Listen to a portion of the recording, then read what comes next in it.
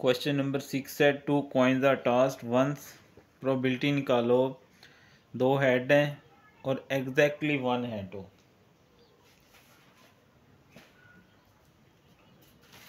तो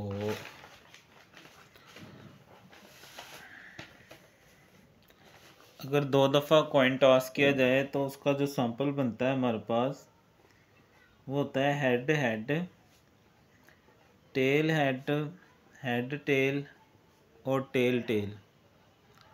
ये बनता है sample space. N of S इसकी तादाद को कहते हैं, वो 4 है।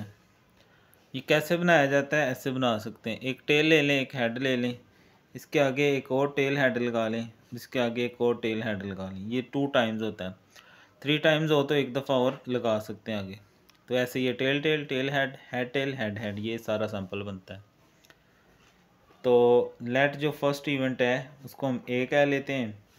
उसमें हमें कहा गया कि 2 हेड्स, 2 हेड। तो अगर हम देखें तो पहले में हैं 2 हेड बस।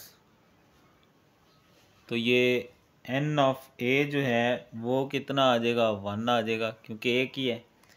तो प्रोबेबिलिटी निकालो ए की, तो क्या आएगी? एन ऑफ ए बटा एन ऑफ एस। ए 1 है, टोटल सैंपल 4 है। ठीक है, तो इस तरह ये हमने प्रोबेबिलिटी ऑफ 2 हेड निकाल ली। उसके बाद जो दूसरा पार्ट है उसमें हमें कहा गया है कि 1 हेड की। ठीक है, एग्जैक्टली 1 हेड। उसको हम बी कह लेते हैं, 1 हेड।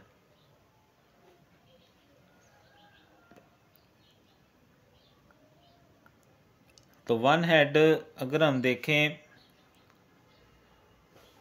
इसमें भी 1 हेड है और इसमें भी 1 हेड ही है। तो एन ऑफ बी यानी इसकी तादाद कितनी है? ये 2 है। तो प्रोबेबिलिटी ऑफ बी कैसे निकलेगी? एन ऑफ बी बटा एन ऑफ एस। बी 2 है, टोटल सैंपल 4 है, तो 1/2 आ जाएगा कटिंग करेंगे तो।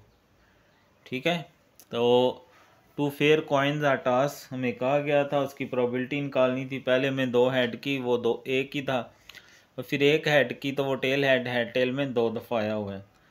तो ये 2 ये फार्मूला होता है प्रोबेबिलिटी निकालने का, कि जो भी इवेंट का नाम रखा होगा उसकी तादाद बटा टोटल सैंपल की तादाद हमने लिखनी होती है, और इस तरह हम इसको हल कर लेते होते हैं। ठीक है,